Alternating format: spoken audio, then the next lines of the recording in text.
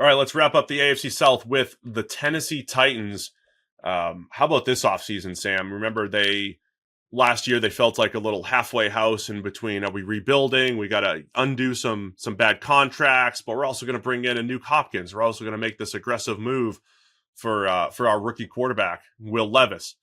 And this year they made a lot more of those moves, right? They want to build through the draft, but the whole defense, new veterans, L'Jarius Sneed via trade with the Kansas City Chiefs, Chidobe Awuzie comes in.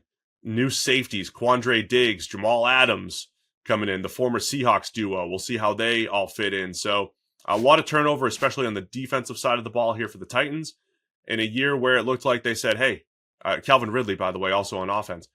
Will Levis, year 2. Let's see what you got, Will, and we'll give you some pieces to throw to. And of course, it all started with what felt like a fairly unexpected firing of Mike Vrabel, a coach that a lot of people had given credit for overachieving relative to the talent that he had at his disposal. They end up going in a different direction, getting rid of him, and now we're seeing a completely different team, a ton of overhaul. And yeah, what they've assembled around Will Levis is really interesting because I don't know that it's not a long-term group of talent necessarily. Nuke Hopkins is still really good, but is getting on. Calvin Ridley's no spring chicken anymore. And Tyler Boyd as well is not the youngest receiver. So it's not a group that's going to be, growing with Will Levis and be there for the next 5 years, but it's a group that should give you an evaluation on what Will Levis can be right now. And that maybe is the most critical thing for them. Like, they draft this guy who was arguably a first-round talent. They get him at the top of the second round. He ends up starting games for them, immediately impresses, but then doesn't sort of back that up for the rest of the games. It's very up in the air what Will Levis is right now. So they're like, okay, we have to find out. We have to give him a shot, right? Let's improve the offensive line. Let's improve his receiving weapons. And then even if he's not the guy, we at least know we can go in a different direction. But let's make sure right now that we know at the end of this year what Will Levis is. Levis had 4 touchdown passes in his debut, and then 4 touchdown passes for the rest of the season. That was in week 8, by the way, that debut. The big-time throw, turnover-worthy play rate, I think, summed up what it was like watching Will Levis and the whole experience. 5.9% big-time throw percentage, pretty high, very good. He was able to flip the field. He was aggressive. Average depth of target, over 11. He was pushing the ball down the field. It also showed up in the turnover-worthy plays, 4.5%. Again, we're talking about Jameis Winston-esque high level of volatility, Josh Allen-esque high level of volatility, but just not at that same degree of special, right, as Josh Allen. But it's also, it's really easy, I think, to sort of say, yeah, look, he was really good in that debut. He didn't really bank it up for the rest of the year. And so Will Levis is, inconsistent, or he wasn't able to consistently show.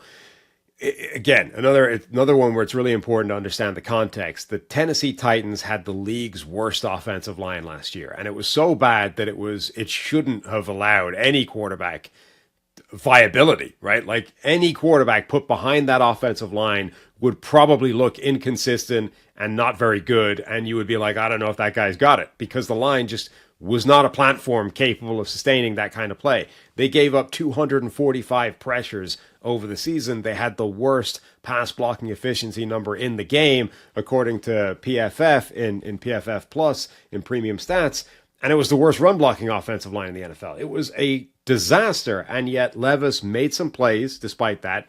He had a 9 percentage point better sort of pressure to sack rate than Ryan Tannehill in effectively the same offense. Like, he showed some things that would say, all right, we can, this is some good stuff. We can work with this.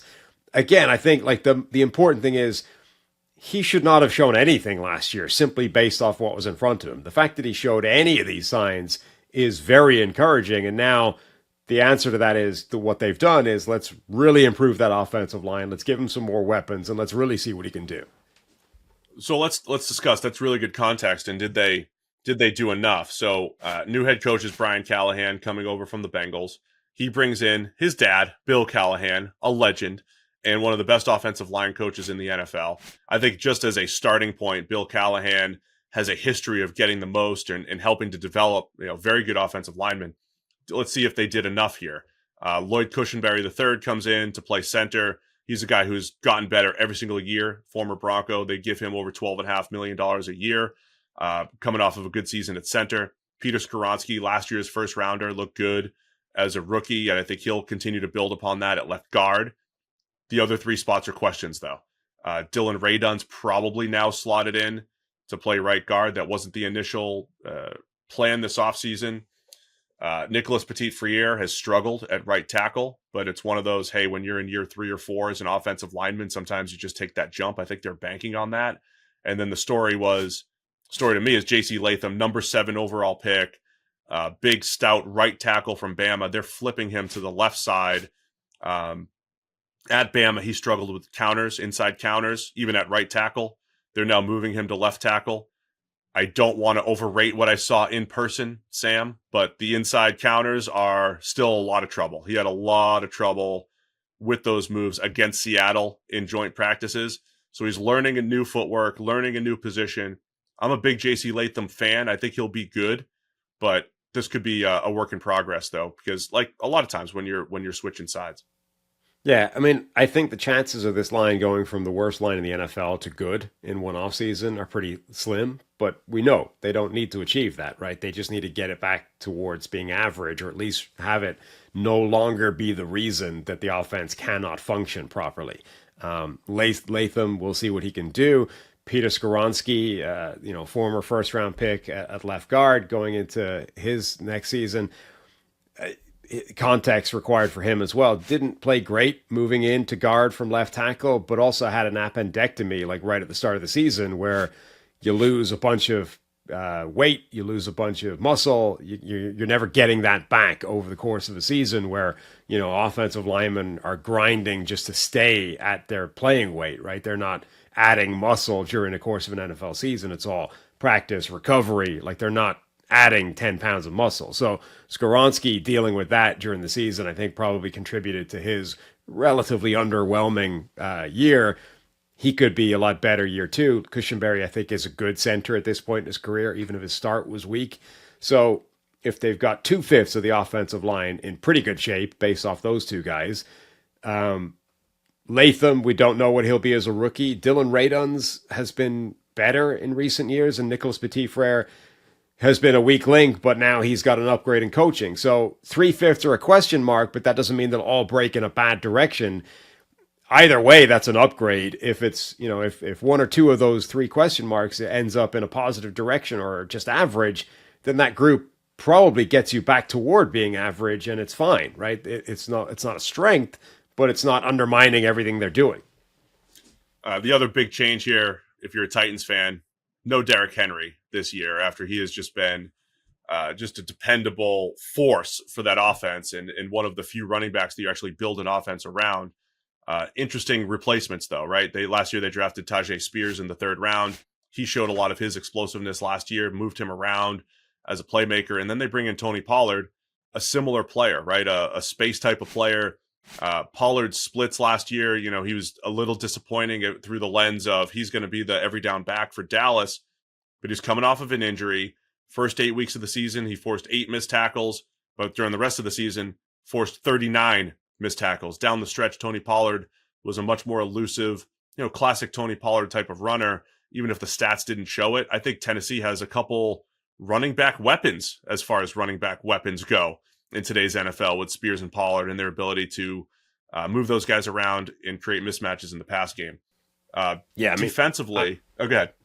I'm really excited by Tajay Spears. I think that guy looks phenomenal. And okay, Derrick Henry not being there, that's a blow. That's unfortunate. They were a great 1-2 punch, but I'm really excited by sort of freeing up Tajay Spears to be the number 1 guy, Tony Pollard to be a bit of a complementary piece. I know they've been using them and been talking about them as kind of interchangeable.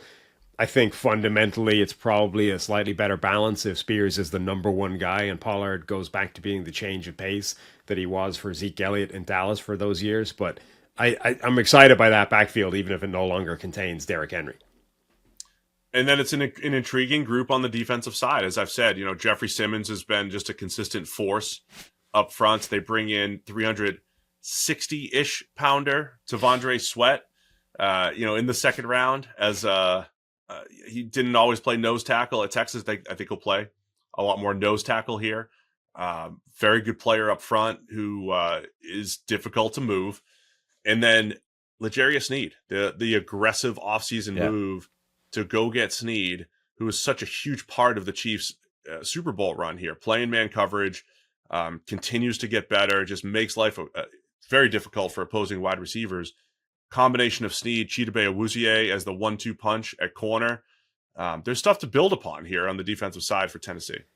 Yeah, and McCreary, I think, is a good slot guy as well. So that's a really transformed secondary now with three, like your top three corners should be very good players. The safety position has been overhauled as well. Like that's a group that looks imposing. And the defensive front is going to be fun to watch. I mean, Jeffrey Simmons is a monster. He's more inconsistent maybe than some of the other elite caliber defensive tackles, you know, a Quinnen Williams, a Dexter Lawrence, a Chris Jones. But he's capable of those games the same way those guys are.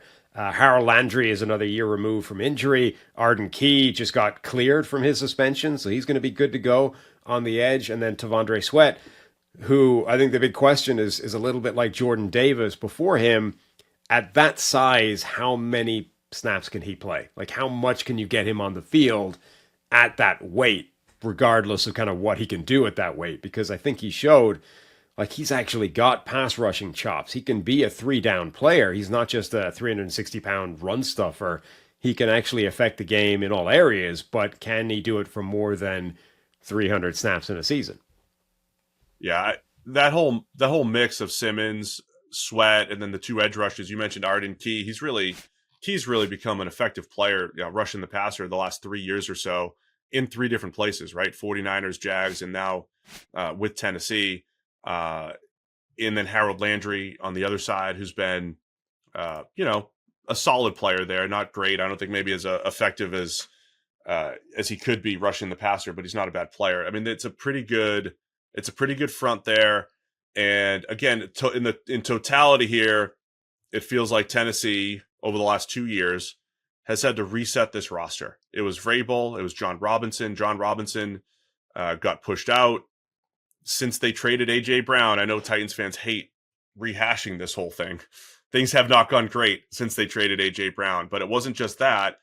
You started to see the lack of depth on this roster. And so this year, I think they had to be a little bit more aggressive in free agency and in the trade market just to start filling things out, right? Because they didn't have enough of those developed draft picks to build around. So that's what I think makes Tennessee's range of outcomes, we've said this for a few teams, a little bit wider, right? How well do these pieces gel? To me, it's a little bit like the Jags defense. How well would these new pieces gel?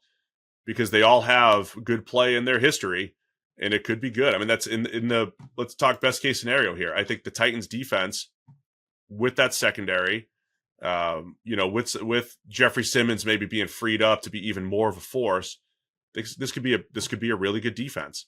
And of course, the big if Will Levis develops. And I think it's this balance of pushing the ball down the field and just cutting back on some of the mistakes, maybe learning how to slide once in a while, not dropping your shoulder every single time, right? He's going to get hurt if he keeps doing that.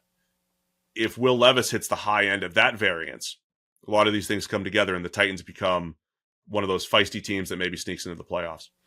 Yeah, I mean, honestly, just feeling good about Will Levis at the end of the season is probably their best case scenario, regardless of what the record ends up being. I feel like, though, if that's the outcome, like if they come out of the season thinking Levis is the answer, they might be a playoff team in that scenario. Like, the talent is now there for competent quarterback play. Good quarterback play could actually take this team to a surprise playoff spot. So I don't think it'll happen, but I think it's definitely within the range of outcomes, and they're therefore their best case scenario. Yeah, on the worst case, if Levis isn't the guy, doesn't play all that well, you might have to look for a new quarterback next year. And as you mentioned earlier, the receiver situation is more of a 1 year. Nuke Hopkins has a year left, and Boyd's in for a year. And if Calvin Ridley is your $23 million number one receiver, it's not great. You really want Ridley to be a 2. I like Ridley as a 2. I don't love him as a 1. That was part of, I think, the inconsistency of the Jags offense last year, is it kind of went with Ridley. When he showed up, they were good. When he was getting locked down, they weren't. but I like Ridley as a 2. So if Will Levis is a question at the end of the year, the receiving core is going to be a question, just the way the contracts are structured as well. So it's not going to feel great if that's what ends up happening. Yeah, I mean, the worst case scenario is Levis is not the guy. The offensive line didn't necessarily get fixed, and now all the short-term fixes that you created are all kind of expiring, right? Like Hopkins is reaching the end.